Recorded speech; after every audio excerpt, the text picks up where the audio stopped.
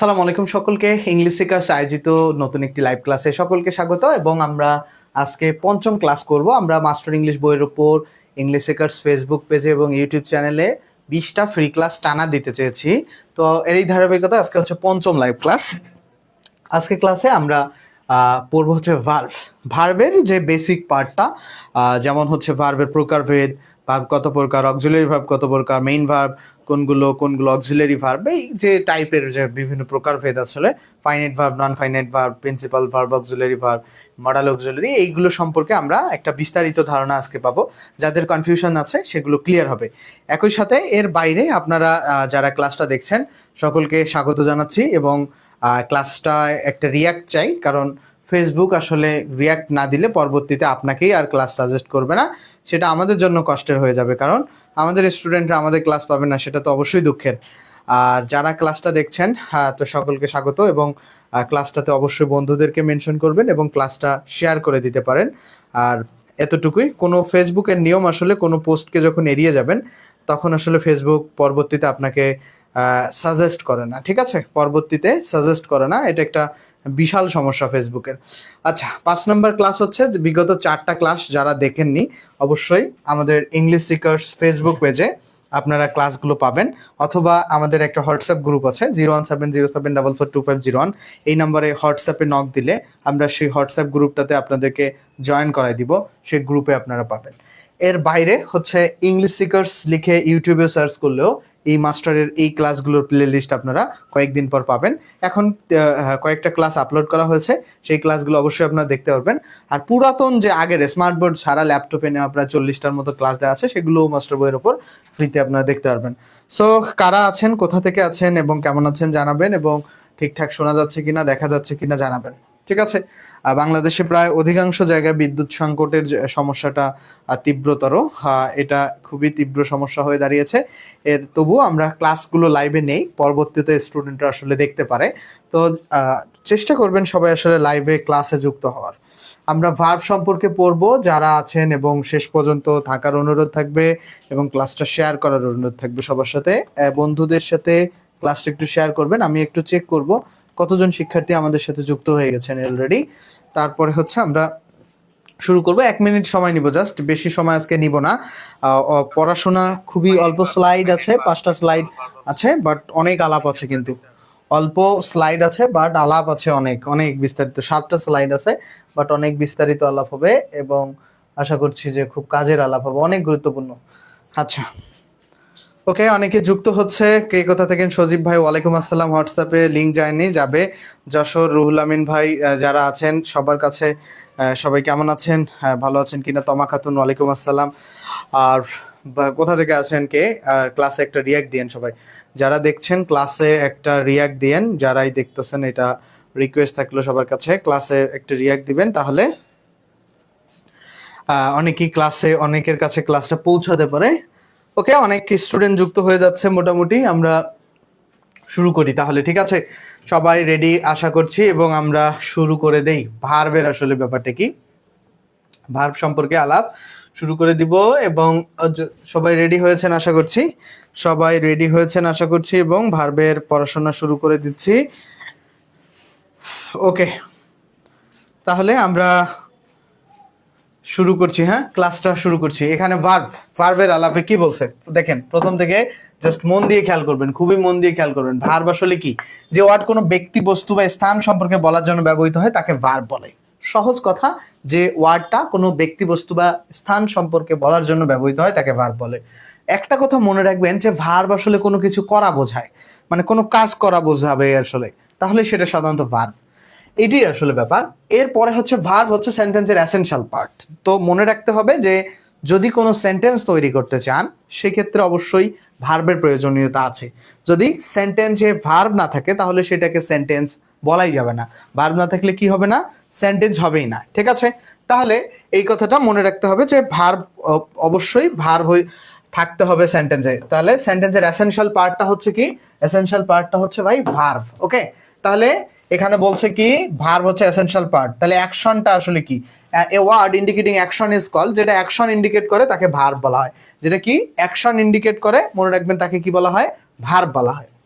তাহলে আমি একবারে শর্টকাটে আলাপে আসতেছি। প্রথম হচ্ছে মানে কোনো কিছু বলার জন্য বা কোনো কাজ করা বোঝালে সেটা ভার্ব হয়। সেকেন্ডলি ভার্ব হচ্ছে সেন্টেন্সের এসেনশিয়াল পার্ট। আসলে সেন্টেন্স আসলে হবে না ভার্ব ছাড়া। যারাই সালাম দিয়েছেন ওয়ালাইকুম আসসালাম, ঠিক আছে। তাহলে এবং অ্যাকশন বলতে কি বোঝায়? সাধারণত ভার্বকে, অ্যাকশন যেটা ইন্ডিকেট করে, অ্যাকশনটা আসলে ভার্বকে ইন্ডিকেট করে। একটা সেন্টেন্সের প্রয়োজনীয় অংশটা হচ্ছে কি ভার্ব, ঠিক আছে। এবার আমরা প্রিন্সিপাল এবং অক্সিলারি ভার্বে আসবো। তার আগে একটু সবার কমেন্টটা পড়ে নেই এবং ততক্ষণে সবাই আরো একটু স্টুডেন্ট যুক্ত হওয়ার সুযোগ দেই, ঠিক আছে। মিশকাত আছে, হুমায়রা আছে বগুড়া থেকে, আবু হাসান আছে সিলেট থেকে, মিশকাত, শ্রাবণী, শর্মী আছে, শেষ বিকালের মেয়ে আছে, শরীফুল আছে, আবু হাসান আছে, সিফাতুল, রিমা আছে, কাজল আছে, তমা আছে। যারাই আছে সকলকে অনেক অনেক ধন্যবাদ। একটু বন্ধুদেরকে চাইলে মেনশন দিতে। আচ্ছা, এবার আসি ভার্বের পড়াশোনা। একটা বিষয় মনে রাখতে হবে, ভার্ব বেসিকলি আসলে দুই প্রকার। একটা হচ্ছে ফাইনাইট ভার্ব আর এটা হচ্ছে নন ফাইনাইট ভার্ব। ভার্ব প্রধানত কয় প্রকার? দুই প্রকার। একটা ফাইনাইট ভার্ব, এটা হচ্ছে নন ফাইনাইট ভার্ব। জটিলতা আদাব। হ্যাঁ, এখন এই ফাইনাইট ভার্বের প্রকারভেদ হচ্ছে একটা প্রিন্সিপাল ভার্ব, ঠিক আছে। প্রিন্সিপাল ভার্ব তো ওই আলাপ আমরা অন্যভাবে করতে পারবো অন্যদিনও। এখানে দেখো প্রিন্সিপাল ভার্ব কি? যে ভার্ব অন্য ভার্বের সহায়তা ব্যতীত স্বাধীনভাবে বাক্যের অর্থ সম্পন্ন করতে পারে তাকে প্রিন্সিপাল ভার্ব বলে। তার মানে হচ্ছে কি, প্রিন্সিপাল ভার্বটা কোনো ভার্বের সাহায্য ছাড়াই স্বাধীনভাবে বাক্যের অর্থ সম্পন্ন করতে পারে, এইটা হচ্ছে প্রিন্সিপাল ভার্ব। যেমন হচ্ছে কল, এটা একটা প্রিন্সিপাল ভার্ব। গো, ওয়ার্ক, এগুলো প্রিন্সিপাল ভার্ব হিসেবে ব্যবহার হতে পারে। এখন কখন প্রিন্সিপাল আর কখন অক্সিলারি? আচ্ছা, এখানে খেয়াল করো, I am in the class 12, আমি কি দ্বাদশ শ্রেণীতে। তো এখানে খেয়াল করো, আমি দ্বাদশ শ্রেণীতে, আই অ্যাম, এই যে আই এর পরে অ্যামটা হচ্ছে এখানে প্রিন্সিপাল। এখন এটা কেমনে বুঝছি? দেখো, অ্যাম ভার্বটা কিন্তু অন্য কোনো ভার্বের সাহায্য নেয় নাই স্বাধীনভাবে অর্থ প্রকাশ করতে। আমি দ্বাদশ শ্রেণীতে বা আমি দ্বাদশ শ্রেণীতে পড়ি, যেটাই বলি, কারো কি সাহায্য নিয়েছে? অন্য কোনো ভার্বে নেয় নাই। তাহলে এই ভার্বটা হচ্ছে প্রিন্সিপাল। আর এর বাইরে আসলে টেকনিক গ্রামারে কি, প্রথমত এই ভার্বটা এম যে প্রিন্সিপাল সেটা কেমনে বুঝছি? দেখো, যে কোনো বাক্যে একটা মাত্র ভার্ব থাকলে সেটা প্রিন্সিপাল ভার্ব হয়, সেক্ষেত্রে এম প্রিন্সিপাল ভার্ব। কোনো বাক্যে একটা মাত্র ভার্ব থাকলে কি হয়? সেটা প্রিন্সিপাল। দেখো, আই ডিড, এখানে ডিডটা প্রিন্সিপাল ভার্ব। কেন বুঝছি? এই বাক্যে একটাই মাত্র ভার্ব আছে, সো এটা principal verb. I have a pen, এই বাক্যে একটা মাত্র ভার্ব আছে, এই কারণে হ্যাভটা হবে কি প্রিন্সিপাল ভার্ব। তাহলে কোনো বাক্যে একটা মাত্র ভার্ব থাকলে সেই ভার্বটাকে কি ভার্ব বলবো আমরা? প্রিন্সিপাল ভার্ব বলো। কি ভার্ব বলবো? কোনো বাক্যে একটা মাত্র ভার্ব থাকলে সেটাকে অবশ্যই আমরা কি ভার্ব বলবো ভাইয়ারা? প্রিন্সিপাল ভার্ব বলবো, ঠিক আছে। আশা করছি এই আলাপটা বুঝতে পেরেছেন সবাই। কোনো বাক্যে একটা মাত্র ভার্ব থাকলে সেটাকে অবশ্যই আমরা বলবো প্রিন্সিপাল ভার্ব। এবার আসেন, যদি এই আলাপটা বুঝতে পারেন, দ্বিতীয়ত কি বিষয়? দ্বিতীয়ত বলছে বাক্যে এস বা ই এর যুক্ত একটি মাত্র ভার্ব থাকলে তা অবশ্যই মেইন ভার্ব বা প্রিন্সিপাল ভার্ব হয়। আচ্ছা, খেয়াল করেন তো, এই যে ভাই হি আছে, হি এর পরে ই এর যুক্ত একটা মাত্র ভার্বই আছে না? এস বা ই এর যুক্ত একটা মাত্র ভার্ব আছে না? বাক্যে এস বা ই এর যুক্ত, এখানে দেখেন হি এর পরে কি ভার্ব কয়টা আছে? এস বা ই এর যুক্ত ভার্ব কয়টা আছে? একটা মাত্র ভার্ব আছে। তাহলে ভার্বে যদি এস বা ই এস যুক্ত, এস বা ই এস ক্লাস 1 ঘন্টার মতো হবে, এস বা ই এস যুক্ত একটা মাত্র ভার্ব থাকলে সেটা প্রিন্সিপাল ভার্ব। তাহলে এখানে গোসটা কি হবে? প্রিন্সিপাল ভার্ব হবে। তাহলে প্রথম বিষয়টা কি শিখলাম? কোনো বাক্যে একটা মাত্র ভার্ব থাকলে সেটা প্রিন্সিপাল, আর কোনো বাক্যে যদি এস বা ইয়েস যুক্ত ভার্ব থাকে সেটাও প্রিন্সিপাল ভার্ব হবে। বুঝতে পারছেন? ওকে ওকে, ব্যাক বেঞ্চার মনোযোগী হন। নাথিং লাস্ট ফরএভার, এই যে দেখেন লাস্টের সাথে এস আছে, তাহলে একটা যে ভার্ব, এই যে একটা এস বা ইয়েস থাকছে, কোনো বাক্যে যে ভার্বের সাথে এস বা ইয়েস থাকবে সেটাই হচ্ছে প্রিন্সিপাল ভার্ব। রেকর্ড হচ্ছে ভুল ভবিষ্যতে না পারেন সেটা আমরা বলে দিব, ইংলিশ সিকার্স এর ইউটিউব চ্যানেলে থাকবে।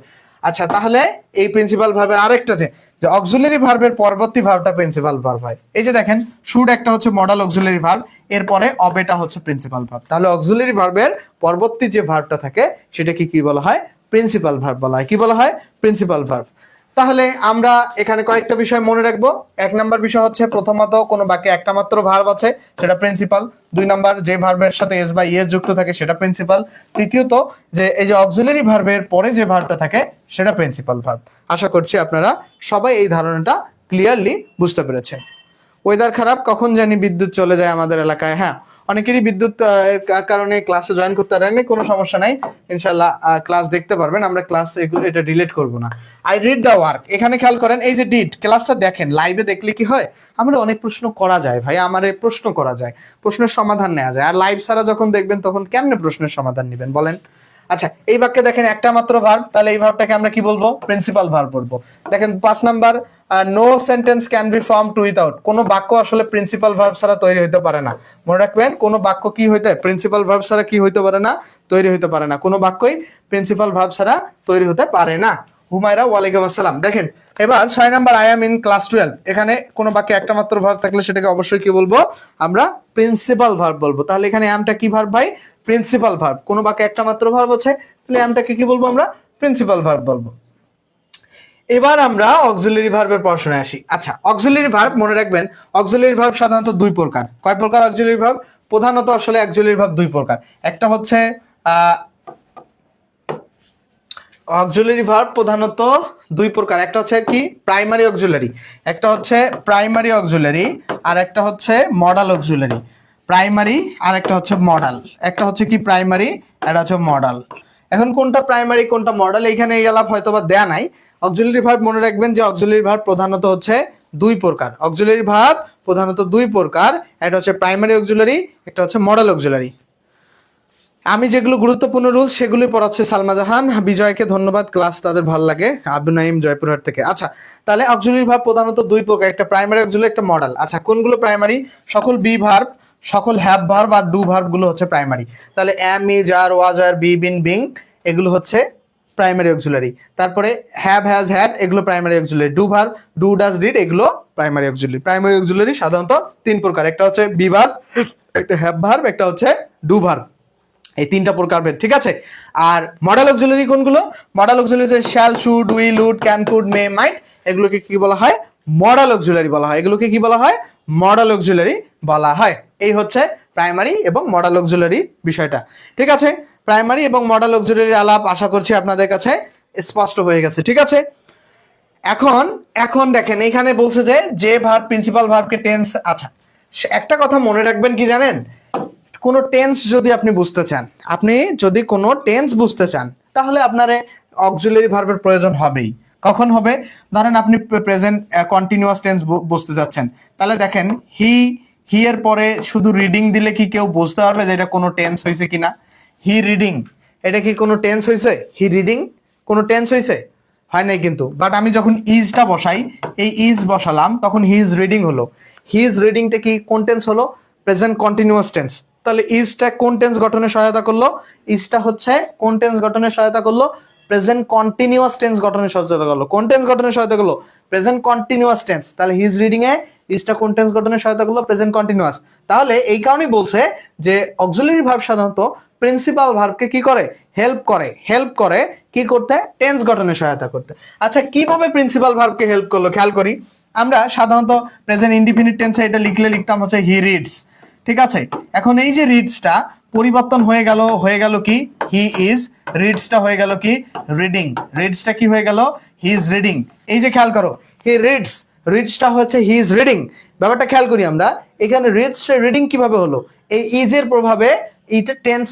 দেখো এটা ছিল he reads present indefinite tense, এখন এটাকে কন্টিনিউয়াস করতে গেলে রিডের সাথে আইএনজি করতে হবে এবং এই ইজটা বসাতে হবে। ইজ বসানোর ফলেই রিডের সাথে আইএনজি করে কন্টিনিউয়াসটা হয়েছে। তাহলে ইজের প্রভাবে কিন্তু রিডিংটা হলো। তাহলে এই যে অক্সিলারি ভার্বটা প্রভাবিত করছে, হেল্প করতেছে আসলে কি? টেন্স প্রকাশ করতে। যখন হি রিডস সেটা indefinite, but he is reading যখন সেটা কন্টিনিউয়াস। এই কারণে বলছে যে অক্সিলারি ভার্ব টেন্স ভয়েস গঠনে কি করে? মেইন ভার্বকে হেল্প করে।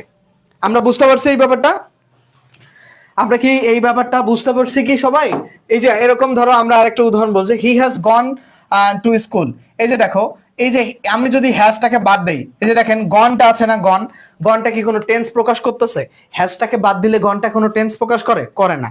বাট যখন আমরা হি হ্যাজ গন, আমি যখন হ্যাজটা বসাচ্ছি তখন কিন্তু এটা টেন্স প্রকাশ করে। কোন টেন্স? Present perfect tense. তাহলে সহজ কথা, এই অক্সিলারি ভার্বগুলো মেইন ভার্বকে কি করে? হেল্প করে। কি করতে হেল্প করে? টেন্স গঠন করতে, ভয়েস গঠন করতে হেল্প করে। বুঝতে পারছেন? অক্সিলারি ভার্বের এই কারণেই প্রয়োজনীয়তা আছে। তাহলে এই আলাপ যদি আপনারা বুঝতে পারেন, এই কথাটা যদি আপনাদের কাছে ক্লিয়ার হয়, ঢাকায় তো ইলেকট্রিসিটির কোনো সমস্যাই নাই। তাহলে আমরা পরবর্তীতে যাচ্ছি। আরেকটা বিষয় মনে করছে, ইংরেজিতে অক্সিলারি ভার্ব হচ্ছে 12টা। একটা হচ্ছে be verb, have verb, do verb, can verb, may verb, shall, will, must, dare, need, ought to, এগুলো ইউজ টু হচ্ছে 12টা। তাহলে অক্সিলারি ভার্ব ইংরেজিতে কয়টা? 12টা। কিন্তু এখানে একটা কথা আছে, কথাটা কি, প্রাইমারি অক্সিলারি যদি কেউ জিজ্ঞাসা করে তাহলে প্রাইমারি অক্সিলারি 14টা। কোন 14টা? এই যে বি ভার্ব গুলো, এম ইজ আর এখানে হচ্ছে 8টা, হ্যাভ ভার্ব হচ্ছে 3টা, আর ডু ভার্ব হচ্ছে 3টা, 8 3 11 আর 3 14। এই এই এই যে আর মডাল অক্সিলারি কয়টা? মডাল অক্সিলারি এই 14টা বাদে বাকিগুলো হচ্ছে মডাল অক্সিলারি। তাহলে প্রশ্ন আসতে পারে যদি ইংরেজি ব্যাকরণে অক্সিলারি ভার্ব কয়টা? ইংরেজি ব্যাকরণে অক্সিলারি ভার্ব হচ্ছে 12টা। যদি বলে প্রাইমারি অক্সিলারি কয়টা? 14টা। সকল বি ভার্ব প্রাইমারি অক্সিলারি, সকল হ্যাভ ভার্ব এবং ডু ভার্ব প্রাইমারি অক্সিলারি। ঠিক আছে, আশা করছি এখানে যাটুকু আছে এই আলাপ আলোচনা আমি বোঝাতে পেরেছি এবং স্পষ্ট হয়েছে। আমরা পরবর্তীতে যাব। পরবর্তীতে কি বলেছে? প্রশ্ন করেছে যে which one is use both and auxiliary এবং প্রিন্সিপাল। আচ্ছা, কোন ভার্বটা অক্সিলারি এবং প্রিন্সিপাল হিসেবে ব্যবহার হয়? আচ্ছা খেয়াল করো তো, আমি যখন বলবো I am A boy, I am এ বয়, এখানে খেয়াল করো এই যে আই অ্যাম এ বয়, এই যে অ্যাম, কোন বাক্যে একটা মাত্র ভার্ব থাকলে সেই ভার্বটাকে সাধারণত প্রিন্সিপাল ভার্ব বলা হয়। কোন বাক্যে যদি একটা মাত্র ভার্ব থাকে সেই ভার্বটাকে কি বলা হয়? সাধারণত প্রিন্সিপাল ভার্ব বলা হয়। কি ভার্ব বলা হয়? কোন বাক্যে একটা মাত্র ভার্ব থাকলে সেই ভার্বটাকে প্রিন্সিপাল ভার্ব বলা হয়। তাহলে এখানে অ্যামটাকে আমরা কি বলবো? অ্যামটাকে বলবো প্রিন্সিপাল ভার্ব। কি বলবো? Principal verb. এখন কথা হচ্ছে অ্যাম প্রিন্সিপাল হয়, আবার প্যাম অক্সিলারিও হয়। আমি বলতেছি আই অ্যাম গোয়িং, দেখো আমি বলতেছি আই অ্যাম গোয়িং বা I am reading, I am going বা আই অ্যাম রিডিং। এই যে এই জায়গায় খেয়াল করো, আই অ্যাম গোয়িং বা আই অ্যাম রিডিং। আমি একটু জোরে লিখতে হবে আমাকে, না হলে এত কিছু পড়াই শেষ করা যাবে না। দেখো I am going, I am going, I am reading, I am going, I am reading. এই যে ভার্বগুলো দেখো, এই অ্যামের পরে কিন্তু আরো একটা ভার্ব আছে। এই অ্যামটা কি মেইন ভার্বকে হেল্প করতেছে। যখন দুইটা ভার্ব থাকবে তখন অক্সিলারি ভার্ব হবে অ্যাম। ঠিক আছে, অ্যামের পরে যদি আরো একটা ভার্ব থাকে তখন অ্যাম হবে অক্সিলারি, আর অ্যাম যদি কোনো বাক্যে একা থাকে অ্যাম হবে তখন প্রিন্সিপাল। ঠিক আছে, এইটাই আসলে প্রশ্ন, এইটাই পড়াশোনা। এটা একটু উদাহরণ দিয়ে বোঝাই দিলাম। এরপরে বলেছে যে ইংরেজিতে আসলে অক্সিলারি ভার্ব কয়টা? তাহলে বলবো আমরা ইংরেজিতে অক্সিলারি ভার্ব হচ্ছে 12টা। তারপরে হচ্ছে ইংরেজি প্রাইমারি অক্সিলারি কয়টা? 14টা। তো এটা তো আপনারা পারবেন। আমরা এবার আসি ট্রানজিটিভ ভার্বের পড়াশোনায়। ট্রানজিটিভ ভার্বটা আসলে কি? ট্রানজিটিভ ভার্বটা কি? বাক্যের অর্থ সম্পন্ন করতে যে ভার্বের অবজেক্ট প্রয়োজন হয়। আচ্ছা, সহজ কথা হচ্ছে যেই ভার্বের অবজেক্ট থাকে তাকে আসলে ট্রানজিটিভ ভার্ব বলে। কি বলে? যেই ভার্বের অবজেক্ট থাকে, কি থাকে ভাই? অবজেক্ট থাকে, তাকে বলা হয় ট্রানজিটিভ ভার্ব। অবজেক্ট কেমনে বুঝবো? কোন ভার্বকে কি বা কাকে দ্বারা প্রশ্ন করলে অবজেক্ট পাওয়া যায়। কোন ভার্বকে কি বা কাকে দ্বারা প্রশ্ন করলে কি পাওয়া যায়? অবজেক্ট পাওয়া যায়। আচ্ছা, আমরা একটা প্রশ্ন নেই। এই যে এনজয় করো, এনজয় ইট। আচ্ছা, কি করো? কি উপভোগ করো? এনজয় করা মানে উপভোগ করা, ইট উপভোগ করো মানে ইহা উপভোগ করো। আচ্ছা, এটা বাদ। এভরি মাদার লাভস, লাভ মানে হচ্ছে ভালোবাসে। কি ভালোবাসে? কাকে ভালোবাসে? প্রশ্ন করো তো কাকে ভালোবাসে? উত্তর হচ্ছে হার চাইল্ড, তার সন্তানকে ভালোবাসে। কাকে ভালোবাসে? উত্তর আসতেছে প্রত্যেক মা তার সন্তানকে ভালোবাসে, রাইট? তাহলে এখানে যে বিষয়টা মানে বুঝতে হবে যে কোনো ভার্বকে কি বা কাকে দ্বারা প্রশ্ন করলে যেটা পাওয়া যায় সেটি সাধারণত অবজেক্ট, আর যেই ভার্বের অবজেক্ট থাকে সেটাই ট্রানজিটিভ ভার্ব। তাহলে মনে রাখতে হবে যে ভার্বকে কি বা কাকে দ্বারা প্রশ্ন করে উত্তর পাওয়া যায় সেটি ট্রানজিটিভ ভার্ব। আবারও বলতেছি যে যে ভার্বকে কি বা কাকে দ্বারা প্রশ্ন করে উত্তর পাওয়া যায় সেটা ট্রানজিটিভ ভার্ব, আর এই কি বা কাকে দ্বারা প্রশ্ন করে যে উত্তরটা পাইলাম সেটা হচ্ছে অবজেক্ট। এটা জানতে হবে। তাহলে বাক্যের অর্থ সম্পন্ন করতে যে ভার্বের অবজেক্ট প্রয়োজন তাই ট্রানজিটিভ। তো সহজ কথা, ট্রানজিটিভ ভার্বের অবজেক্ট থাকে। এখন অবজেক্টটা কিভাবে পাবো? এই ট্রানজিটিভ ভার্বটাকে কি বা কাকে দ্বারা প্রশ্ন করব, প্রশ্ন করে যদি উত্তর পাই তাহলে সেটা ট্রানজিটিভ। আপনাদের আলাপ কি ক্লিয়ার হয়েছে আপনাদের কাছে? যদি ক্লিয়ার হয় আমরা পরবর্তীতে যাই। আমরা খেয়াল করি হি টুক, টুক মানে হচ্ছে নিয়েছিল, শেল্টার মানে হচ্ছে আশ্রয়। আন্ডার এ ট্রি, একটা গাছের নিচে আশ্রয় নিয়েছিল। ধরুন বৃষ্টি আসলে আমরা গাছের নিচে, বড় গাছের নিচে পড়লে বৃষ্টিটা হয়তো বা দেরিতে পড়বে, বা হচ্ছে সেটা ফ্যাক্ট না, বা ছায়ায় আমরা রোদের পরে ছায়ায়, হোয়াট এভার, আমরা সেটা ফ্যাক্ট না, আমরা মূল আলাপ আসি। টুক মানে কি? টুক মানে নিয়েছিল। কি নিয়েছিল? উত্তর আসতেছে কি? আশ্রয় নিয়েছিল। ভার্বকে আমরা কি দ্বারা প্রশ্ন করে উত্তর পাইছি, তাহলে টুক ভার্বটাকে আমরা কি বলবো? Transitive verb. বুঝতে পারছি? টুক ভার্বটাকে আমরা কি বলবো? Transitive verb. এরপরে আসেন মাদার বা ফাদার, লাভস, লাভ মানে কি? ভালোবাসে। কাকে ভালোবাসে? উত্তর আসতেছে কি? বা আমাকে ভালোবাসে। মাদার বা ফাদার, ফাদার কাকে ভালোবাসে? কাকে ভালোবাসে? উত্তর আসতেছে আমাকে ভালোবাসে। ভার্বকে কি বা কাকে দ্বারা প্রশ্ন করে যে উত্তরটা পাওয়া যায় সেটাকে কি বলা হয়? অবজেক্ট বলা হয়। আর যে ভার্বের অবজেক্ট থাকে সেটাকে কি বলবো? Transitive verb. ঠিক আছে, এখন লাভসটা কি হবে? Transitive verb. আশা করছি যে আপনারা এটা বুঝতে পেরেছেন। আর একটা এক্সাম্পল সলভ করে শেষ। রিড মানে কি? রিড মানে হচ্ছে পড়া। এই যে কি পড়ে? উত্তর আসতেছে কি একটা বই পড়ে। কোনো ভার্বকে কি বা কাকে দ্বারা প্রশ্ন করে যে উত্তরটা পাই সেটাই আসলে অবজেক্ট, আর যে ভার্বের অবজেক্ট থাকে সেটা আসলে ট্রানজিটিভ ভার্ব। ক্লিয়ার? তাপসী বাসার, অচেনা নিশাচর, জ্যোতিলতা, আব্দুল্লাহ সাবিন, সালমা জাবান, ক্লিয়ার সবার কাছে? সবার কাছে আলাপটা স্পষ্ট হয়েছে কিনা বলেন? আজকে স্টুডেন্ট একটু কম, সমস্যা নাই, বাট আলাপ ক্লিয়ার হলে হবে। Intransitive verb. আচ্ছা, ট্রানজিটিভের বিপরীতটা হচ্ছে ইনট্রানজিটিভ। সহজ কথা, যে ভার্বকে কি বা কাকে দ্বারা প্রশ্ন করে উত্তর পাবো না, কি বা কাকে দ্বারা প্রশ্ন করে কি পাবো না, উত্তর পাবো না, যে ভার্বকে কি বা কাকে দ্বারা প্রশ্ন করে উত্তর পাবো না, সেটাই হচ্ছে যে ভার্বকে কি বা কাকে দ্বারা প্রশ্ন করে, যে ভার্বকে কি বা কাকে দ্বারা প্রশ্ন করে উত্তর পাবো না সেটাই হবে, সেটা কি হবে ভাই? যে ভার্বকে কি বা কাকে দ্বারা প্রশ্ন করে উত্তর পাবো না সেটাই হচ্ছে ইনট্রানজিটিভ ভার্ব। ইনট্রানজিটিভ ভার্ব মানে যেটার অবজেক্ট থাকবে না, সহজ। কি বা কাকে দ্বারা প্রশ্ন করে সাধারণত অবজেক্ট পাওয়া যায়। আচ্ছা, খেয়াল করি আমরা। আচ্ছা, কাম হেয়ার, যে কাম মানে আসো, কি আসো, কাকে আসো, কোনো উত্তর আছে? উত্তর নাই, তাহলে কামটা এখানে কি ভার্ব? Intransitive verb. আচ্ছা, মাদার লাভস, মাদার হাসে, কি হাসে, কাকে হাসে, উত্তর আছে কোনো? কি হাসে, কাকে হাসে, কোনো উত্তর আছে? বলো তো, কোনো উত্তর আছে? মাদার লাভস, কি হাসে, কাকে হাসে? সুমাইয়া, ইরাবতী, সুমাইয়া খাতুন, তারপরে বাকিরা সবাইকে বুঝতে পারছি। মাদার লাভস, স্যার একটু স্লো, আমি যথেষ্ট স্লো বলতেছি আজকে। আচ্ছা দেখো, মাদার লাভস, মাদার হাসে, কি হাসে, কাকে হাসে।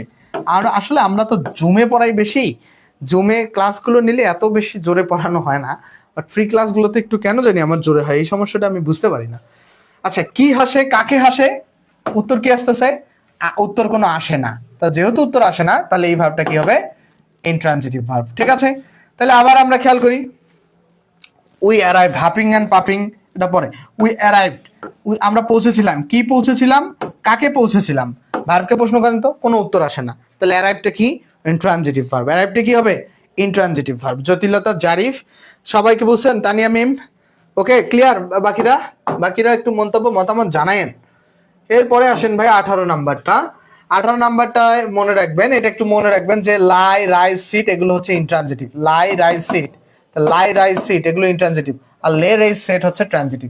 লাই, রাইজ, সেট মনে রাখবেন, যেগুলো আই যুক্ত আছে, লাই, লাই কম, শব্দ কম, রাইজ, সিট। একটু যখন কনফিউশন তৈরি হয় না ট্রানজিটিভ আর ইনট্রানজিটিভে, আপনাদের একটা সমস্যা তৈরি হবে। এখন এটা কেমনে মনে রাখবেন বলেন তো? এখানে দেখেন বেশি শব্দ আছে, বেশি শব্দ, রাইজ আর রেইজের মধ্যে শব্দ বেশি কোথায়? রেইজে। তাহলে রেইজে যদি শব্দ বেশি, এটা ট্রানজিটিভ। তারপরে দেখেন, এবং দেখেন ইনট্রানজিটিভ, দেখেন যেগুলো ইনট্রানজিটিভ সেগুলোতে আই আছে, প্রত্যেকটাই দেখেন আই আছে এবং শব্দ কম আছে। যেগুলো ইনট্রানজিটিভ, দেখেন লাই, রেইজ, সিট, এগুলো মনে রাখবো কিভাবে? ইনট্রানজিটিভ, লাই, রেইজ, সিট এগুলো যে ইনট্রানজিটিভ, এগুলোতে প্রত্যেকটাতে শব্দ কম আছে, ট্রানজিটিভের তুলনায় কম, এবং প্রত্যেকটাতে আই আছে। এবার দেখেন, এখন লে আর লাই এর মধ্যে কোনটা ইনট্রানজিটিভ? দেখেন আইতে ইনট্রানজিটিভ, লাইটা হচ্ছে ইনট্রানজিটিভ, আর লেটা হচ্ছে ট্রানজিটিভ। তারপর হচ্ছে সেট আর সিটের মধ্যে যদি প্রশ্ন আসে যে কোনটা ইনট্রানজিটিভ, মনে রাখবেন সিট হচ্ছে ইনট্রানজিটিভ, কারণ আইতে ইনট্রানজিটিভ। এটা একটা টেকনিক, আসলে মনে রাখতে হবে এভাবে। আশা করছি এটা মনে রাখতে পারবেন আপনারা। আমরা যদি মনে রাখতে পারেন তাহলে খুব ভালো হবে। আর রাইজ আর রেইজের মধ্যে যেটাতে কম থাকবে এবং যেটাতে আই থাকবে সেটা ইনট্রানজিটিভ। ঠিক আছে? আচ্ছা, দ্য ডোর ওপেন্ড অটোমেটিকলি। আচ্ছা দেখেন, ওপেন দ্য, দরজাটি খুলেছিল। এখন দেখেন কি খুলেছিল, কাকে খুলেছিল, উত্তর নাই, কিন্তু দরজাটি খুলে, কিন্তু কি খুলে, পরবর্তীতে কি কাউকে উদ্দেশ্য করে খুলে, কোনো উত্তর নাই। ঠিক আছে, তাহলে এটা ইনট্রানজিটিভ, আর ইনট্রানজিটিভ ভার্বের পরে অটোমেটিকলি শব্দটা হচ্ছে অ্যাডভার্ব। আচ্ছা, যারা এই ক্লাসটা দেখছেন, ঠিক আছে, তাদের জন্য এক্সট্রা 10% ডিসকাউন্ট থাকছে। যারা এই ক্লাসটা দেখছেন তাদের জন্য এক্সট্রা 10% ডিসকাউন্ট, আজকেও 50% ডিসকাউন্ট। শুধু এই দুইটা ক্লাস যারা লাইভে দেখছেন, রেকর্ডেড দেখলে হবে না। ক্লাস রাত 10টার সময়, এখন 10টা 28 বাজে। এখন যারা লাইভে দেখছেন শুধুমাত্র তাদের জন্য 10টা 28 থেকে 30-এর মধ্যে যারা ক্লাসটা দেখবে তাদের জন্য, যারা রেকর্ডেড দেখবে তাদের জন্য এইটা হচ্ছে কি করব না, আমরা এই 50% ডিসকাউন্ট দিব না। 50% ডিসকাউন্ট দিয়ে 550 টাকায় ভর্তি হওয়া যাবে। লাইভ শেষে 10 মিনিটের মধ্যে ভর্তি হতে হবে। আবার 01707744250 এইটা কিন্তু এই সময় 10 মিনিটের মধ্যে। অফার মানে অফার, একটু যে কোনো সময় এগুলো সুযোগ দেওয়া হবে। এক্সট্রা এর বাইরে হচ্ছে আমাদের পরশুদিন পর্যন্ত 40% ডিসকাউন্টে যে কোনো স্টুডেন্ট ভর্তি হতে পারবে। ইংলিশ সিকার্সের পেজে মেসেজ দিলে বিস্তারিত জানা যাবে। আচ্ছা, আমরা এবার ডাইরেক্ট অবজেক্ট আর ইনডাইরেক্ট অবজেক্টে পড়াশোনা করি। আচ্ছা, মনে রাখবেন ডাইরেক্ট অবজেক্ট আর ইনডাইরেক্ট অবজেক্টের পড়াশোনা কিন্তু খুব সহজ। কোনো বাক্যে একটা মাত্র অবজেক্ট থাকলে সেটাকে ডাইরেক্ট অবজেক্ট বলবেন। কি বলবেন? কোন বাক্যে একটা মাত্র অবজেক্ট, ধরো আই নো হিম, অবজেক্ট তো বুঝালাম কি অবজেক্ট, এই যে আই স হিম, এখানে অবজেক্ট কয়টা? একটা। এই যে I met him, him object কয়টা? একটা। হি লাইকস মি, এখানে অবজেক্ট কয়টা? একটা। তারপর হি was reading a book, object কয়টা? একটা। কোন বাক্যে একটা মাত্র অবজেক্ট থাকলে সেটাকে অবশ্যই অবশ্যই কি বলতে হবে? অবশ্যই মুমতাজ সালাম দিয়েছেন, ওয়ালাইকুম আসসালাম। যে কোনো বাক্যে একটা মাত্র অবজেক্ট থাকলে সবগুলো সেটা হবে ডাইরেক্ট অবজেক্ট। কি হবে? Direct object, direct object, direct object. এটা মনে রাখেন। এরপরে আসেন প্রশ্নে আসেন ইনডাইরেক্ট অবজেক্ট আর ডাইরেক্ট অবজেক্টের পড়াশোনা। সাধারণত বস্তু বস্তু বস্তু যেটা হবে বস্তু, বস্তুবাচকটাকে ডাইরেক্ট অবজেক্ট বলতে হবে। সাধারণত কি বস্তুবাচকটাকে কি বলা হয়? ডাইরেক্ট অবজেক্ট বলা হয়। সাধারণত কি বস্তুবাচকটাকে কি বলা হয়? ডাইরেক্ট অবজেক্ট বলা হয়। কি বলা হয়? Direct object. সাধারণত বস্তুবাচকটাকে কি বলা হয়? Direct object. দেখেন দুইটা অবজেক্ট আছে, দেখেন একটা মি, একটা হচ্ছে এ বুক। এখন এই অবজেক্ট দুইটার মধ্যে কোনটা হচ্ছে ডাইরেক্ট অবজেক্ট? সাধারণত যেটা বস্তুবাচক। এখন বলেন তো এখানে বস্তুবাচক কোনটা আছে? এখানে সাধারণত বস্তুবাচকটাকে কি বলা হয়? ডাইরেক্ট অবজেক্ট বলা হয়। তাহলে এখানে অবজেক্ট দেখেন বস্তুবাচক কোনটা ভাই? বস্তুবাচক হচ্ছে এইটা, এটা হচ্ছে কি এ বুক, বুক, তাহলে এটা হবে ডাইরেক্ট অবজেক্ট। আর ব্যক্তিবাচকটা হয় ইনডাইরেক্ট অবজেক্ট। কি হবে? ব্যক্তিবাচকটা হয় ইনডাইরেক্ট অবজেক্ট। ঠিক আছে? তাহলে ব্যক্তিবাচকটা কি হয়? ইনডাইরেক্ট অবজেক্ট, আর বস্তুবাচকটা হয় ডাইরেক্ট অবজেক্ট। মনে থাকবে? এ বুক, হ্যাঁ, thank you thank you thank you. তাহলে গিভ মি দা মানি, এখানে হিম, গিভ হিম দা মানি, তাহলে হিমটা কি হবে? হিমটা কি হবে? হিমটা হবে ইনডাইরেক্ট অবজেক্ট, ব্যক্তিটা ইনডাইরেক্ট। এই যে ব্যক্তির ইংলিশ হচ্ছে কি? পারসন, তা পারসন পারসন পারসন, ঠিক আছে? ইনডাইরেক্ট ব্যক্তিটা হবে ইনডাইরেক্ট, ইনডাইরেক্ট পারসনেও এন আছে, ইনডাইরেক্টও এন আছে, আর দা মানি হচ্ছে কি? এটা হচ্ছে ডাইরেক্ট। ঠিক আছে? বস্তুটা হচ্ছে ডাইরেক্ট। ক্লিয়ার? তাহলে বস্তু হচ্ছে ডাইরেক্ট, এগুলো মনে থেকে যায় আসলে। না ভাইয়া, নিউজরা দরজা খুলে আসলে দরজা যখন কাউকে উদ্দেশ্য করে খুলবে, মানে অবজেক্ট থাকতে হবে। ধরেন আই নো হিম, আমি কাকে জানি? তাকে জানি। এখানে দরজা খোলার একটা উদ্দেশ্য থাকতে হবে, সেই উদ্দেশ্যটা এখানে বোঝাচ্ছে না, দেখে ওইটা ইন্ট্রানজিটিভ ভার্ব হয়েছে। তাহলে আমরা কি ডাইরেক্ট অবজেক্ট আর ইনডাইরেক্ট অবজেক্ট বুঝতে পারছি? আচ্ছা, ওকে, আমরা এরপরে একটা এক্সাম্পল সলভ করব। বলছে কি whom do you like most. এখানে খেয়াল করো, বলছে হুমটা আসলে কোন অবজেক্ট, ডাইরেক্ট নাকি ইনডাইরেক্ট? আচ্ছা, মনে রাখবা এই যে ডাব্লিউএস গুলো সাধারণত বাক্যের শেষে বসে। কোথায় বসে? বাক্যের শেষে বসে। খেয়াল করো, সাধারণত ডাব্লিউএস গুলো কোথায় বসে? মানে সরি, সাধারণত ডাব্লিউএস গুলো বাক্যের শুরুতে বসে। এটা সাবজেক্টিভও শুরুতে বসে, অবজেক্টিভও শুরুতে বসে। সাধারণত তোমরা কি জানো যে অবজেক্ট সাধারণত বাক্যের শেষে বসার কথা না, কিন্তু ডাব্লিউএস গুলো অবজেক্ট হলেও বাক্যের শুরুতে বসে। তো এখন কথা হচ্ছে মনে রাখবা হু হচ্ছে সাবজেক্টিভ ফর্ম, আর হু এর অবজেক্টিভ ফর্ম হচ্ছে কি? হুম। আচ্ছা, তো সেই দৃষ্টিকোণ থেকে হুম হচ্ছে অবজেক্টিভ ফর্ম, এবং এটা ডাইরেক্ট নাকি ইনডাইরেক্ট, এইটাই তো প্রশ্ন, রাইট? এখন খেয়াল করো এটা ডাইরেক্ট না ইনডাইরেক্ট সেটা কি আমরা বুঝবো আমরা। এই জায়গায় খেয়াল করো, তোমরা সবার আগে হুমকে বাদ দিয়ে চিন্তা করো। ডু ইউ লাইক মোস্ট, তাহলে ডু হচ্ছে অক্সিলারি ভার্ব, তারপরে সাবজেক্ট, তারপরে ভার্ব, তারপরে বাকি অংশ। আচ্ছা, যেহেতু ইউটা একটা সাবজেক্ট ভাই, ইউ যদি সাবজেক্ট হয় তাহলে এর এর ইউ ছাড়া কি আর কোনো প্রোনাউন এখানে আছে? একটাই প্রোনাউন আছে হুম। তাহলে হুমটা কি? ইউ যদি সাবজেক্ট হয় তাহলে আবার হুমও তো কি সাবজেক্ট হতে পারে? সাবজেক্ট তো সাধারণত একাধিক হয় না, সাবজেক্ট তো একটাই হয়। তাহলে ইউ যদি সাবজেক্ট হয়ে থাকে তাহলে হুমটা কি? অবজেক্ট হবে। এখন কথা হচ্ছে ভাই তাহলে শুরুতে কেন বসলো? অ্যাকচুয়ালি হুমটার পজিশন আসলে শেষেই হইতো, মানে হইতো এভাবে ডু ইউ লাইক মোস্ট হুম, কিন্তু এইখানে হুমটা শুরুতে কেন হয়েছে? কারণ এই যে ডাব্লিউএস গুলো সাধারণত বাক্যের শেষে বসে না, এটা শুরুতেই বসে। এটা সাবজেক্ট হলেও শুরুতে বসে, অবজেক্ট হলেও শুরুতে বসে। তো যেহেতু এটা শুরুতে দিয়েছে, এইখানে আমাদের মাঝে কনফিউশনটা তৈরি হচ্ছে। আবারও বলছি আমরা হুমটাকে সবার শেষে যদি চিন্তা করি, ভেবে নেই আর কি একটা কল্পনায়, তাহলে ডু ইউ লাইক মোস্ট আসতেছে, ডু ইউ লাইক মোস্ট, তাহলে ডু অক্সিলারি ভার্ব, ইউ হচ্ছে সাবজেক্ট ইন্টারোগেটিভ সেন্টেন্সে। তাহলে ইউ যদি সাবজেক্ট হয় তাহলে আর কোনো প্রোনাউন নাই, তাহলে এখন হুমটাকে তাহলে কি আমরা অবজেক্ট বলবো? কেন? কারণ সাবজেক্ট ছাড়া আর তো কোনো কিছু নাই, অবজেক্টই। এখন কথা হচ্ছে হু এর অবজেক্টিভ ফর্মও আবার হুম, এটাও একটা বিষয়। এটা কেন হুমটা অবজেক্ট? কারণ এই যে হুমটা সাধারণত শেষেই বসে, কিন্তু ডাব্লিউএস গুলো সাধারণত শেষে বসে না, দেখে শুরুতে বসানো হয়। সে এই শুরুতে বসানোর কারণে এই প্রশ্নটা দেওয়া হয়েছে, আসলে কনফ্লিক্ট তৈরি করে। এখন কথা হচ্ছে এটা শেষে যে বসবে আপনি কিভাবে বুঝলেন? এটা যে শেষে বসবে আমি কিভাবে বুঝলাম? আমি বুঝছি এইভাবে, হুম ডেউ তুমি কাকে বেশি পছন্দ করো। এই যে দেখো, তুমি কাকে পছন্দ করো, প্রশ্নটা কি আসতেছে, কাকে পছন্দ করো। কোনো ভার্বকে কাকে দ্বারা প্রশ্ন করলে কি আসে ভাই, অবজেক্ট আসে। তাহলে কাকে পছন্দ করো, কাকে পছন্দ করো, হুম মানে হচ্ছে কাকে, ওই কাকে দ্বারা প্রশ্ন, কাকে পছন্দ করো। তাহলে কাকে দ্বারা প্রশ্ন করলেও কিন্তু উত্তর পাচ্ছি, তার মানে হচ্ছে হুমটা অবশ্যই অবজেক্ট, এবং সেটা কোন অবজেক্ট, অবশ্যই ব্যক্তিবাচক অবজেক্ট, মানে কাকে, কাকে দ্বারা প্রশ্ন করলে ব্যক্তিবাচক অবজেক্ট পাওয়া যায়। এখন কথা হইতেছে এই বাক্যে কিন্তু অবজেক্ট একটা, এই বাক্যে অবজেক্ট একটাই, তাহলে এই বাক্যে যদি একটাই অবজেক্ট, কোনো বাক্যে একটা মাত্র অবজেক্ট থাকলে সেটাকে অবশ্যই ডাইরেক্ট অবজেক্ট বলতে হবে। কোনো বাক্যে একটা মাত্র অবজেক্ট থাকলে সেটাকে কি বলতে হবে, অবশ্যই ডাইরেক্ট অবজেক্ট বলতে হবে। কি বলতে হবে ভাই, অবশ্যই ডাইরেক্ট অবজেক্ট বলতে হবে। ক্লিয়ার?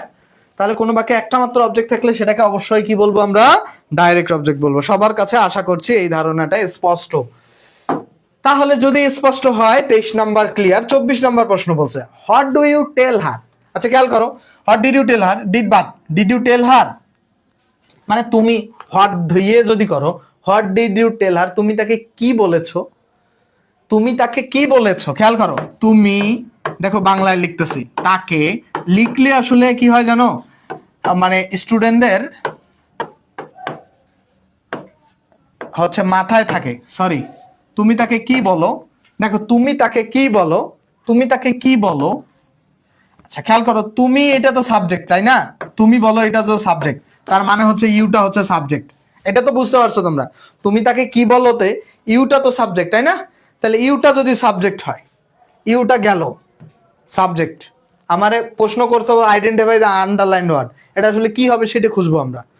আচ্ছা তুমি তাকে কি বলেছো, এখন তাকেটাও তো অবজেক্ট, কাকে বলো, দেখো তুমি কাকে বলো, কাকে বলো, দেখো ভার্বকে প্রশ্ন করো কাকে বলো, তাকে বলো, এটা উত্তর পাইছি তো,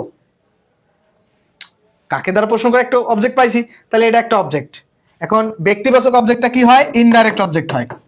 এখন এখন আবার প্রশ্ন করো কি বলো, একটা কথা বলো বা অনেক কিছুই তুমি বলতে পারো, কি বলো, কি বলো, কি বলো, উত্তর আসতেছে কি যে একটা কথা বলো। তুমি তো জানতে চাইছো যে তুমি তাকে কি বলেছো, কি তো একটা উত্তর আছে যে আমি তাকে একটা কথা বলেছি, তাই না, কি এর একটা উত্তর আছে, কি বলো মানে কি, কোন একটা নাউনের পরিবর্তে কিটা বসেছে, তুমি তাকে কি বলো, যে আমি তাকে একটা কথা বলি, তখন কিন্তু কিটা যে আমি একটা কথা বলি, যে কি বলো, যে একটা কথা বলি, এই যে কি দ্বারা প্রশ্ন করে যে উত্তরটা পাওয়া যাচ্ছে সেটা হচ্ছে ইনডাইরেক্ট অবজেক্ট। তাহলে এখানে হটটা হবে তোমার কি হবে, ইনডাইরেক্ট অবজেক্ট। হটটা কি হবে, ইনডাইরেক্ট অবজেক্ট। এখন কথা হইতেছে এত জটিল কথা কি আমার মনে থাকবে, তাহলে হটটা হবে ইনডাইরেক্ট। এখন যদি তোমাদের মনে না থাকে, মনে রাখবা কোনো ডাব্লিউএস দ্বারা যদি এইরকম বাক্য শুরু হয়, কোনো ডাব্লিউএস দ্বারা যদি এরকম বাক্য শুরু হয় এবং তারপরে যদি অক্সিলারি ভার্ব থাকে, তারপরে কি থাকে, অক্সিলারি ভার্ব থাকে, অক্সিলারি কোনো ডাব্লিউএস দ্বারা শুরু হয় এবং তারপরে যদি অক্সিলারি ভার্ব থাকে, তারপরে যদি মেইন ভার্ব থাকে, তারপরে যদি আবার অবজেক্ট থাকে ভাই, ঠিক আছে, তাহলে এই ডাব্লিউএসটা দেখো, এই ডাব্লিউএসটাকে দেখো যখন বস্তু বোঝাবে তখন এটাকে বলবা তুমি ইনডাইরেক্ট অবজেক্ট। কি বুঝবা, সরি ডাইরেক্ট অবজেক্ট, বস্তু বোঝালে বসবে ডাইরেক্ট, আর যখন এটা ব্যক্তি বোঝাবে তখন বলবা ইনডাইরেক্ট। মানে সহজ কথা, এই দেখো WS auxiliary verb subject, WS auxiliary verb, sorry আমি এখানে সাবজেক্ট লিখতে ভুলে গেছি, WS auxiliary verb subject main verb object.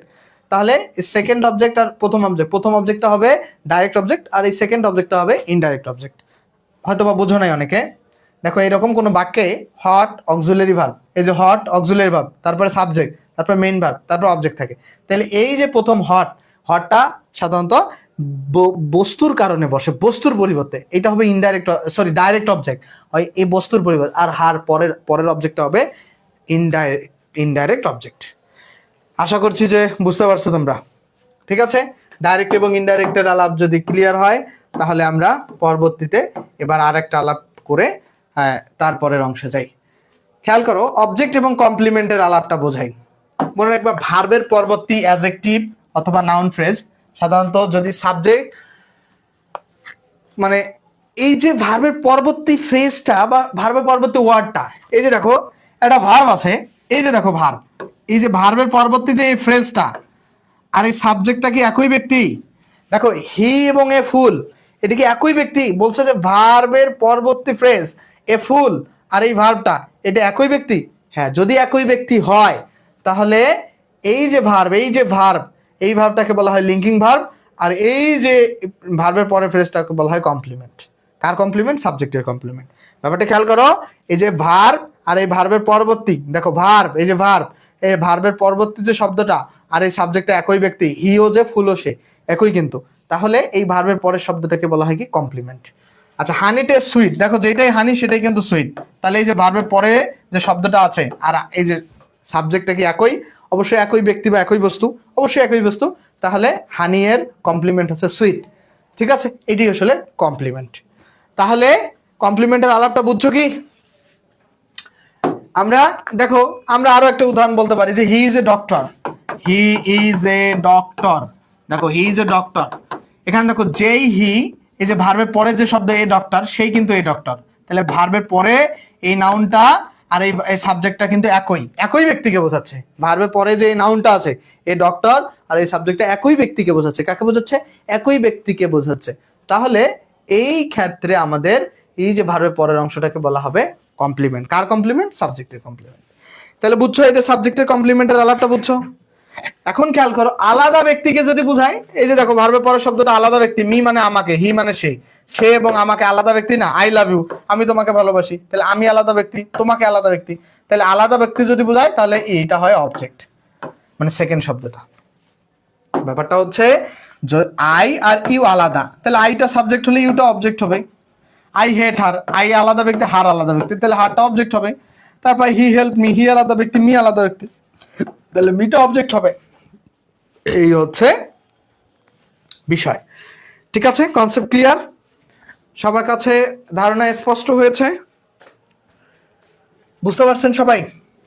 এই হচ্ছে অবজেক্ট এবং কমপ্লিমেন্টের ব্যাপার। বুঝতে পারছেন কি? আচ্ছা, এখন আমাকে 30 নম্বর প্রশ্নটা সমাধান করে দেখান।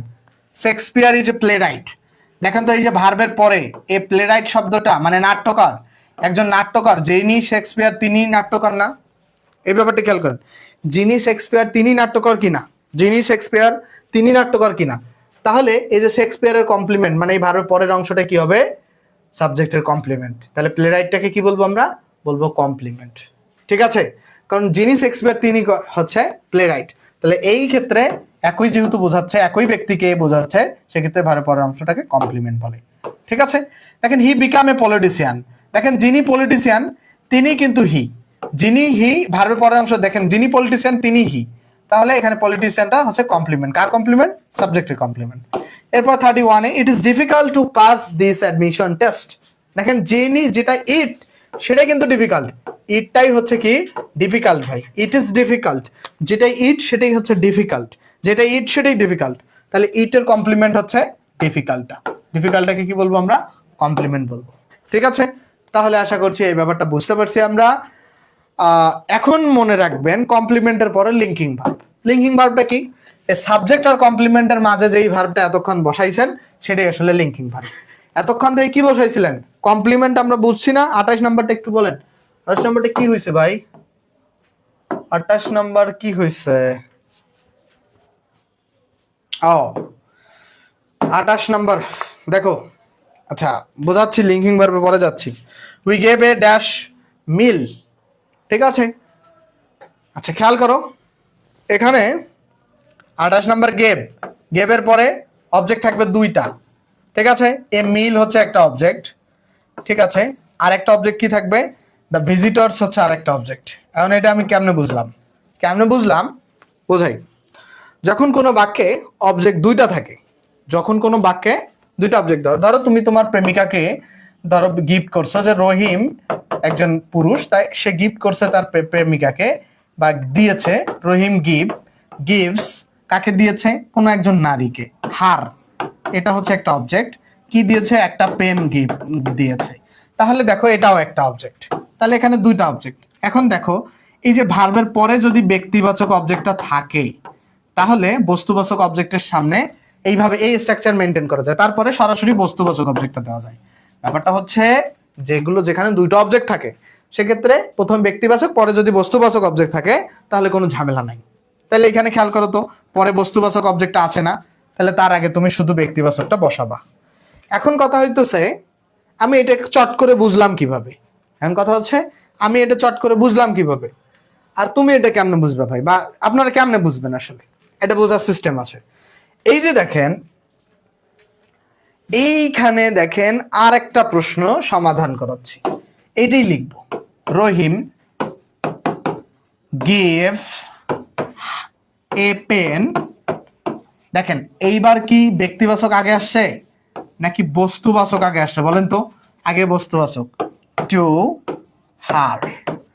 যদি বস্তুবাচক আগে আসে তারপরে যদি ব্যক্তিবাচক হয় এর মাঝে বসাতে হবে টু। এর মাঝে কি বসাতে হবে? টু। তাহলে যে কোনো ভার্ব, এই ভার্বের পরে যদি দুইটা অবজেক্ট থাকে, আগে বস্তুবাচক তারপরে টু তারপরে ব্যক্তিবাচক। সহজ কথা, কোনো বাক্যে যদি দুইটা অবজেক্ট থাকে তাহলে প্রথমে যদি বস্তুবাচক লিখেন তাহলে বস্তুবাচকের পরে টু তারপরে ব্যক্তিবাচক, বস্তুবাচক টু ব্যক্তিবাচক। ব্যাপারটা বোঝেন? আর যদি আগে ব্যক্তিবাচক লিখেন, আপনি যদি আগে ব্যক্তিবাচক লিখতেন তাহলে পরে বস্তুবাচক সরাসরি লিখতে পারতেন, এটা নিয়ে কোনো ঝামেলা নাই।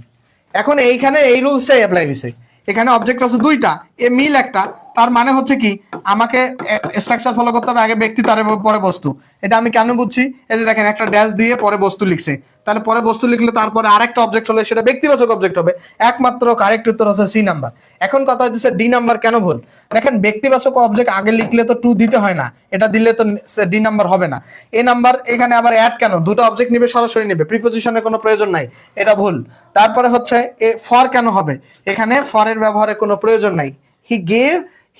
উই গেভ দ্য ভিজিটরস এ মিল, সরাসরি এরকম ব্যক্তিবাচক ভার্বের পরে ব্যক্তি তারপরে যদি বস্তু লিখি, ব্যক্তি বস্তু সরাসরি লেখা যায়, কিন্তু ভার্বের পরে যদি বস্তু লিখি তারপরে ব্যক্তি লিখলে টু দিয়ে লিখতে হয়। এই বিষয়টা আমি স্কিপ করে যাওয়ার জন্য আন্তরিকভাবে দুঃখিত, আসলে এটা পড়ানো উচিত ছিল আমার। ঠিক আছে, আশা করছি আপনারা এই ব্যাপারটা খুব স্পষ্টভাবে বুঝতে পেরেছেন। ক্লিয়ার হয়েছে ধারণাটা? যদি ক্লিয়ার হয় আমরা আরেকটা এক্সাম্পল যদি পাই আপনাদেরকে একটা সমাধান করাই যাচ্ছি। এই প্রশ্নটা সমাধান কর যে মিস্টার লুবনা বা মিসেস লুবনা হ্যাজ রিটার্ন, যে কি করছে? সে রিটার্ন করেছে মানে ফেরত দিয়েছে কি? দা ওয়ালেট। আচ্ছা দেখো, ওয়ালেটটা হচ্ছে এখানে বস্তুবাচক অবজেক্ট হচ্ছে দা ওয়ালেট। এগুলো আমরা অনেক লিখে পড়াই পেইড ব্যাসে, আসলে ফ্রি ব্যাসে এত লিখে পড়ানোর সুযোগ হয় না। দা ওয়ালেট হচ্ছে বস্তুবাচক, তারপরে হচ্ছে কি ইটস অরিজিনাল ওনার, এই অরিজিনাল ওনারটা হচ্ছে ব্যক্তিবাচক, তাহলে অরিজিনাল ওনার এটা হচ্ছে কি অরিজিনাল ওনারটা হচ্ছে ব্যক্তিবাচক। তাহলে আমরা এখানে দুইটা বিষয় দেখলাম, ওয়ালেটটা হচ্ছে কি? ওয়ালেটটা হচ্ছে বস্তুবাচক, আর অরিজিনাল ওনারটা হচ্ছে কি ব্যক্তিবাচক, রাইট? এখন খেয়াল করেন, এখন আপনি লিখবেন আগে, আপনি ব্যক্তি আগে লিখবেন নাকি বস্তু আগে লিখবেন? আপনি যদি ব্যক্তি লিখেন তারপরে বস্তু সরাসরি লিখতে পারবেন, এটা একটা রুলস। আর আপনি যদি এই কাজটা করেন, আগে বস্তু লিখেন তারপরে যদি ব্যক্তি লিখেন, তাহলে টু দিয়ে ব্যক্তিটা লিখতে হবে, এই কথাটা মনে রাখবেন। এখন কোনটা আগে লিখবেন সেটা ম্যাটার করে। আচ্ছা ধরেন আমি প্রথমে বস্তু লিখছি, তাহলে বস্তু লিখলে কি হবে? প্রথমে বস্তু লিখলে মাঝে টু দিতে হবে, এই যে টু দিয়ে তারপরে ব্যক্তি লিখছি, দেন বস্তু টু ব্যক্তি, এটা একটা বিষয়। আর যদি আপনি প্রথমে লিখতে চান যে ব্যক্তি লিখবেন, দেখেন ব্যক্তি দিয়ে কি আছে? এই যে ব্যক্তি দিয়ে আছে, এই যে ব্যক্তি দিয়ে থাকলে আবার টু লিখতে হবে না, এখানে টু দিছে দেখে বি নাম্বারটা ভুল। এখানে ব্যক্তি দিয়ে লিখলে আগে যদি ব্যক্তি বসতো, মানে ইটস অরিজিনাল ওনার যদি বসতো, তাহলে টুটা লিখতে হবে না। তারপরে দেখেন এখানে যে আগে আবার বস্তু লিখছে এ ওয়ালেট ব্যাক, এই যে ওয়ালেটের পরে ব্যাক শব্দটা দেওয়ার কারণে এখানে ভুল হয়েছে, কারণ রিটার্ন শব্দ মানেই হচ্ছে ফিরিয়ে দেওয়া, সেখানে আবার যখন ব্যাক ব্যবহার করি সেটা আসলে রিডান্ডেন্সি জনিত ভুল হয়ে যায়, মানে এক কথা বারবার বলা হচ্ছে। ঠিক আছে, মানে যেমন সব শিক্ষার্থীগুলো উপস্থিত, এই সব এবং শিক্ষার্থীগুলো, বাংলায় সব আবার গুলো দুটো একসাথে ব্যবহার হয় না, ইংরেজিতেও সেম, রিটার্ন এবং ব্যাক দুটো শব্দ, রিটার্ন মানেই ফেরত দেওয়া, আবার ব্যাক শব্দটা অতিরিক্ত করলে রিডান্ডেন্সি জনিত ভুল দেখে ডি নাম্বারটা নিতে পারি নাই। সি নাম্বারটা কেন নিতে পারি নাই? দেখেন এই যে টু ওয়ালেট ঠিক আছে, আবার দা ওয়ালেট ঠিক আছে, আবার টু ঠিক আছে, ইটসও ঠিক আছে, কিন্তু ইটস এর পরে ভাই অরিজিনাল শব্দটা হবে অ্যাডজেক্টিভ, কিন্তু এখানে অ্যাডভার্ব ফর্মে দিয়েছে দেখে এই অপশনটা নিতে পারি নাই। ঠিক আছে, তো আশা করছি এই ব্যাপারটা বুঝতে পারছেন। ক্লিয়ার? তো এত চমৎকার করে আপনারা কেউ বুঝাবে না, প্রত্যেকটা বিষয়ে আলোচনা সহকারে আমি দিয়েছি। ঠিক আছে, এরপরে আমরা আশা করছি যে সবাই এই বিষয়টা বুঝে উঠেছেন। আর আমরা তাহলে ডাইরেক্ট অবজেক্ট আর ইনডাইরেক্ট অবজেক্ট শেষ। এখন দেখেন লিঙ্কিং ভার্ব আসলে কি। এখানে কি পড়াইছিলাম যে ভার্বের পরে, এই যে ভার্বের পরে যে অংশটা থাকে সেটার সাথে যদি এই যে প্রথম সাবজেক্টের সম্পর্ক থাকে, ভার্বের পরে যে অংশটা থাকে মানে শেক্সপিয়ারের, এটার সাথে সম্পর্ক কার থাকে? সাবজেক্টের যদি সম্পর্ক থাকে, ভার্বের পরে যে অংশটা থাকে সেটার সাথে যদি সাবজেক্টের সম্পর্ক থাকে, তাহলে মানে একই যদি হয়, একই হয়, সম্পর্ক থাকে বলতে একই হতে, যেটাই ভার্বের পরের শব্দ সেটাই হচ্ছে সাবজেক্ট, একই ব্যক্তি যদি হয় তাহলে এই ভার্বের পরের অংশটাকে বলা হয় কমপ্লিমেন্ট। কার কমপ্লিমেন্ট? সাবজেক্টের কমপ্লিমেন্ট। কার কমপ্লিমেন্ট? সাবজেক্টের কমপ্লিমেন্ট। তাহলে এইবার এখন লিঙ্কিং ভার্ব পড়ার আগে আসেন যে সাবজেক্ট এবং কমপ্লিমেন্টের মাঝে যে ভার্বটা বসে, এখানে সাবজেক্ট এবং কমপ্লিমেন্টের মাঝে যে ভার্বটা বসছে, সাবজেক্ট এবং কমপ্লিমেন্টের মাঝে যে ভার্বটা বসছে, সাবজেক্ট এবং কমপ্লিমেন্টের যে মাঝে যে ভার্বটা বসছে সেটা কি বলা হয়? Linking verb. বুঝতে পারছেন? সাবজেক্ট এবং কারেন্ট যাওয়া যাওয়া অবস্থা, কারেন্ট বানান এটা না, ঠিক আছে, কারেন্ট বানান এটা না, ঠিক আছে। তাহলে সাবজেক্ট এবং কমপ্লিমেন্টের মাঝে যে ভার্বটা বসে সেটা লিঙ্কিং ভার্ব। যে 25 জন আজকে ক্লাস করেছেন সত্যি ভালো, অনেক ভালো স্টুডেন্ট। দেখেন দ্য ডগ ওয়েন্ট ম্যাড, কুকুরটি আসলে পাগল হয়ে যাচ্ছে। তাহলে দেখেন যেটাই ডগ সেটাই কিন্তু ম্যাড, তাহলে কুকুরটাই আসলে ম্যাড। তাহলে এই সাবজেক্ট আর এই ম্যাডটা হচ্ছে কমপ্লিমেন্ট, কমপ্লিমেন্টের মাঝে ওয়েন্ট শব্দটা হচ্ছে লিঙ্কিং ভার্ব, ঠিক আছে। কমপ্লিমেন্টের মাঝে ওয়েন শব্দটা linking verb. The honey is sweet, তা যেটাই হানি সেটাই সুইট, তাহলে সাবজেক্টের কমপ্লিমেন্ট সুইট, সাবজেক্ট এবং কমপ্লিমেন্টের মাঝে যে ভার্বটা বসে সেটাই লিঙ্কিং ভার্ব। এখানে খেয়াল করেন হি বিকাম এ পলিটিশিয়ান, এই হি আর এ পলিটিশিয়ান এটা হচ্ছে কি কমপ্লিমেন্ট, সাবজেক্টের কমপ্লিমেন্ট, কারণ দুটো একই। এখানে যে ভার্বটা বসে লিঙ্কিং ভার্ব। হানিটা সুইট, যেটাই হানি সেটাই সুইট, এখানে সাবজেক্ট এবং কমপ্লিমেন্টের মাঝে যে ভার্বটা বসে linking verb. He went mad বা দ্য বয় ওয়েন্ট ম্যাড, যেটাই বয় সেটাই কিন্তু ম্যাড, তো সাবজেক্ট এবং কমপ্লিমেন্টের মাঝে যে ভার্বটা বসেছে সেটাকে বলা হয় লিঙ্কিং ভার্ব। বুঝতে পারছেন লিঙ্কিং ভার্বের আলাপ? দেখেন ভার্ব সম্পর্কে অতি অল্প আলোচনা করেছি, বাট গুরুত্বপূর্ণ আলোচনা করেছি, কার্যকরীভাবে পড়ানোর চেষ্টা করেছি।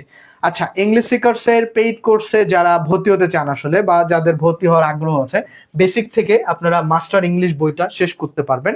একবারে বেসিক থেকে, ইংরেজিতে চরমভাবে যারা দুর্বল তাদেরকে শূন্য থেকে গ্রামার শেখানো হবে আগে, ঠিক আছে। এর বাইরে আপনারা এই কোর্সটা, যারা আজকের ভিডিওটা লাইভ দেখছেন, স্টুডেন্টের রেসপন্স কম, যারা কম স্টুডেন্ট আছে আজকে দেখে এই ডিসকাউন্টটা দেওয়া হচ্ছে। আজকের ভিডিও যারা লাইভ দেখছেন তারা 10% এক্সট্রা ডিসকাউন্ট পাবেন শুধু আজকে, এখন 10:50, আর ওই যে যারা 10:28 ভিডিও দেখেছিল এই স্টুডেন্টগুলো আসলে 50% ডিসকাউন্ট পাবে, মানে রেগুলার ফি 1100 টাকা থেকে 50% ডিসকাউন্ট দিয়ে 550 টাকা। যারা লাইভ দেখবে না বা এই ভিডিওটা রেকর্ড দেখবে তারা কি 550 টাকা পাবে? না, যদি আপনি শতবার রিকোয়েস্ট করেন তবুও না। যারা লাইভ দেখবে তারা আসলে 50% ডিসকাউন্ট, আর যারা লাইভ দেখবে না তারা হচ্ছে 40% ডিসকাউন্ট পাবে আজকে, ঠিক আছে। লাইভ শেষে 10 মিনিটের মধ্যে ভর্তি হইতে হবে। এটা 01707442501 এই নাম্বারে নক দিয়ে আপনারা চাইলে ভর্তি হতে পারবেন, ঠিক আছে। তো স্টুডেন্টরা যারা এতক্ষণ আমার সাথে যুক্ত ছিলেন সকলকে অনেক অনেক ধন্যবাদ। আমরা 20 দিনের রুটিন দিয়েছি, আজকে 5 নাম্বার ক্লাস হলো। প্রত্যেক দিন ক্লাসগুলো হবে রাত 10টার সময় ইংলিশ সিকার্সের ফেসবুক পেজে, রাত 10টার সময় ইংলিশ সিকার্সের। এই ক্লাসগুলো কয়েকদিন পরে ইউটিউবে আপলোড হবে, আপনারা প্লেলিস্ট আকারে পাবেন। আপনাদের বন্ধু, ছোট ভাই বোন যাদেরকে খুশি আপনারা সাজেস্ট করতে পারেন, ফলশ্রুতিতে তারা ক্লাস দেখতে পারবে, তাদের উপকার হবে। ধন্যবাদ সকলকে। আমরা যে ফ্রি ক্লাসগুলো দিচ্ছি অবশ্যই কাজে লাগবে, এবং পেইড ক্লাস 70টা ক্লাস দেওয়া হয়। পেইড ক্লাস জুমে হয়, কথা বলতে পারে স্টুডেন্ট, প্রবলেম সলভ নিতে পারে। ক্লাসগুলো আজীবন রেকর্ড থাকবে আমাদের কাছে, আগের ব্যাচের সকল ক্লাস পাবে, লাইভ ব্যাচের যতগুলো ক্লাস আছে সেগুলো পাবে। সো আজীবন অ্যাক্সেসও থাকবে, আজীবন লাইভ ক্লাসও করতে পারবে। সো অনেক অনেক সুবিধা আছে। সো চাইলে ভর্তি হতে পারেন নাম্বারে ফোন দিয়ে। ধন্যবাদ সকলকে। ক্রিস্টাল ক্লিয়ার, ওকে, ঠিক আছে। তাহলে ক্লাস আশা করছি সবার ভালো লেগেছে, আর ধন্যবাদ সকলকে। ক্লাসে রেসপন্স দেখালে আমি রেগুলার ক্লাস নেওয়ার চেষ্টা করব।